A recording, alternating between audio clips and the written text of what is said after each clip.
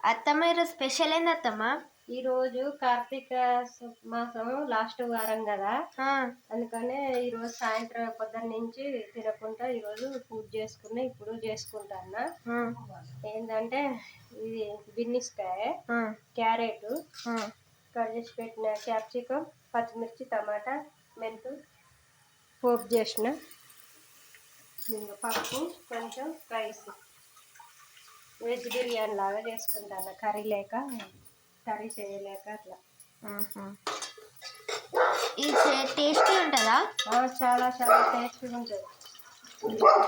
అయితే అన్నీ ఒకటేసారి వేయాలా, తర్వాత కొంచెం కొంచెం ఒకసారి వేయాలా? కొద్దిగా పచ్చిమిర్చి, క్యారెట్ కొద్దిగా మగ్గినాక క్యాప్సికం, టమాటా వేసుకోవాలి. వేసుకొని ఇంకా కొద్దిగా వాటర్ వేసుకొని, వాటర్ మసిలినాక ఇది లాస్ట్లో చూపిస్తాం మళ్ళా.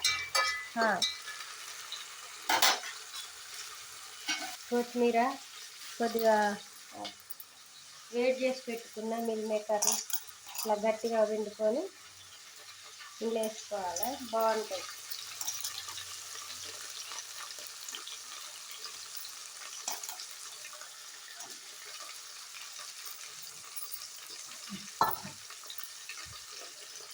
కొద్దిగా చిటికెడంతా పసుపు,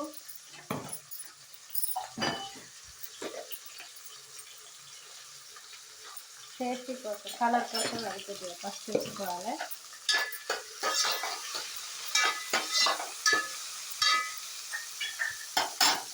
కలర్ కోసం పసుపు వేసుకోవాలి. తర్వాత ఇగో ఒక స్పూన్ అంతా కారం కూడా వేసుకోవాలి, బాగుంటుంది అన్నట్టు. తర్వాత కొంచెం ఒక 2 టీ స్పూన్లంతా ఉప్పు,